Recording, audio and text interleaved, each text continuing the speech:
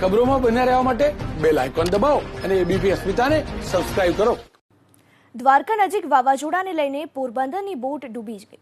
રાજમોતી નામની બોટ ભારે પવનને લઈને ડૂબી છે, ત્યારે બોટમાં રહેલા 6 ખલાસીઓને અન્ય બોટની મદદથી બચાવી લેવામાં આવ્યા છે. તો બોટ ડૂબતા કોસ્ટગાર્ડની મદદ માંગવામાં આવી.